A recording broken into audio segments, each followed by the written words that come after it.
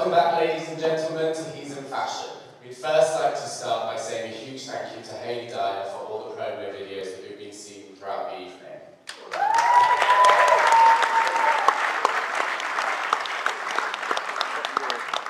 And now we have Jason Devine giving a short talk about his career. Jason has designed for Topshop, Asos, River Island and the Big Chill Festival. He is currently a freelance designer. I'm revealing his new collection, White Dwarf, tonight, so I will now pass over to Jason.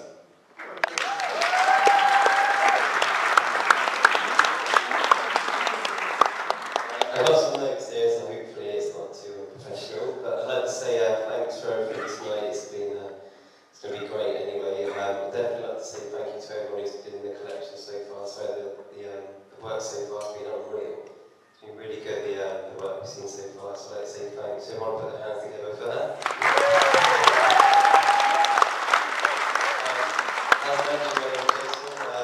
I'm currently a freelance illustrator in London. Yeah, I'd just like to say, actually, check my notes. I've been freelancing for 2 years now, but previously before that I was working for a design company in Shoreditch. They design t-shirts for the high street. As we said before, its clients include Topshop, River Island and Asos. Every year we sort of receive a brief from those clients and they would sort of go through what we need to do. They would send us a big trend pack and that would include detailed instructions on what they predicted would be for the year.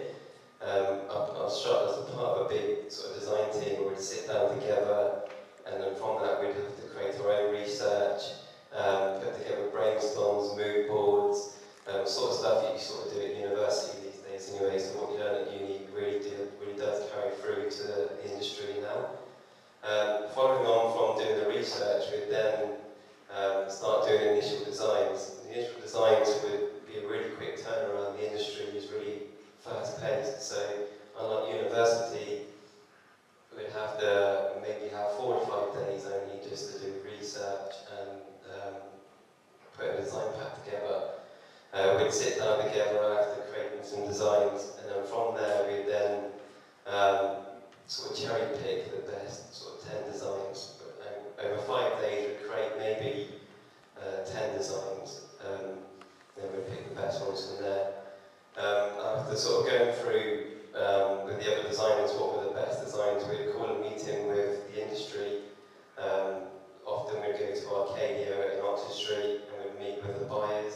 That would sort of conclude with a big meeting with about 4 or 5 designers, buyers, along a big table. They would generally, in mind, have what they wanted before we'd sit down. So once we sat down with them, they would quickly flip through the book that we would have produced, picked what designs they liked the most, and then taken them away. So you kind of, the industry sort of teaches you have to sort of not take anything personally.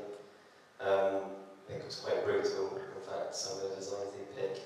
Most designers would know that you'd spend hours on designs that you thought were the best, and the industry would probably pick what you thought were the worst, so you kind of have to get used to that as well. After they picked the designs, they would generally go away, and then within 24 hours or so, we would hear back on what they thought were the best designs, and then they would send us further comments. All this process generally takes about a week, so after a week, you would have comments back on designs that they liked the most.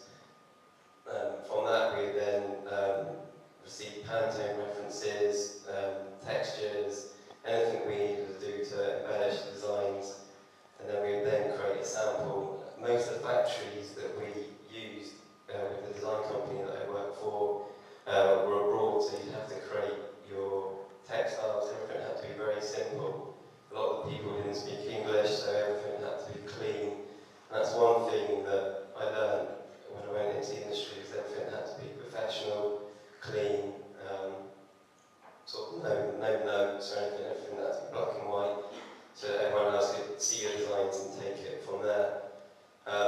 Within receiving the first sample, we would then send it to the supplier. We'd often meet with the industry and go back in with a sample, and they would, 9 out of 10 times, would accept the design as it was.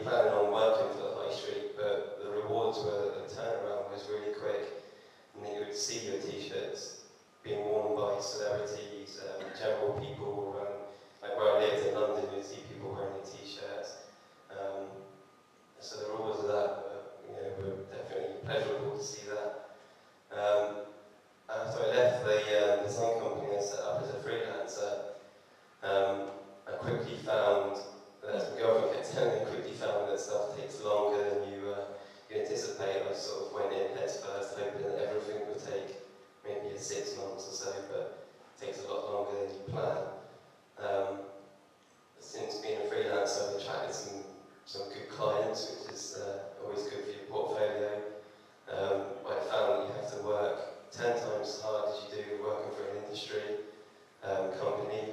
You probably work maybe 12 hours a day, as the other companies, the other t-shirt companies realise today, you probably have to work so much harder, 6 days a week. But it's all worth it in the end. The rewards are much worth when you see that you produce something which the client's picked that you produced yourself. So I'm really happy about that. I think my nose.